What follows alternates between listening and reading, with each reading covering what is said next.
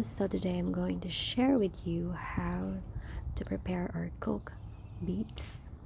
So today I'm excited to share to you two different ways to cook beets. So this is very beautiful beets vegetables. It's a root vegetable, it's a very red, deep red purple color.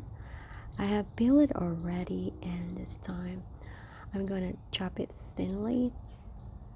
And for this first batch, I'm just going to put this in an oven, so I'm gonna cook it, and I have another one here that will just eat it raw. So you can prepare beets and just add some oil to it, olive oil, avocado oil, salt and pepper if you like. Some people love to add some vinegar or apple cider vinegar, but for this I just add some salt, pepper and oil. And for the second one here I add olive oil, put it in parchment paper, and then I cook it for 20 minutes for 385.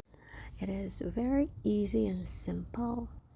If you're interested in watching videos about growing your vegetables or some cooking vegetables, I have some there in your playlist. Please check it out, and thank you for watching, and I'll see you guys in the next video. Bye.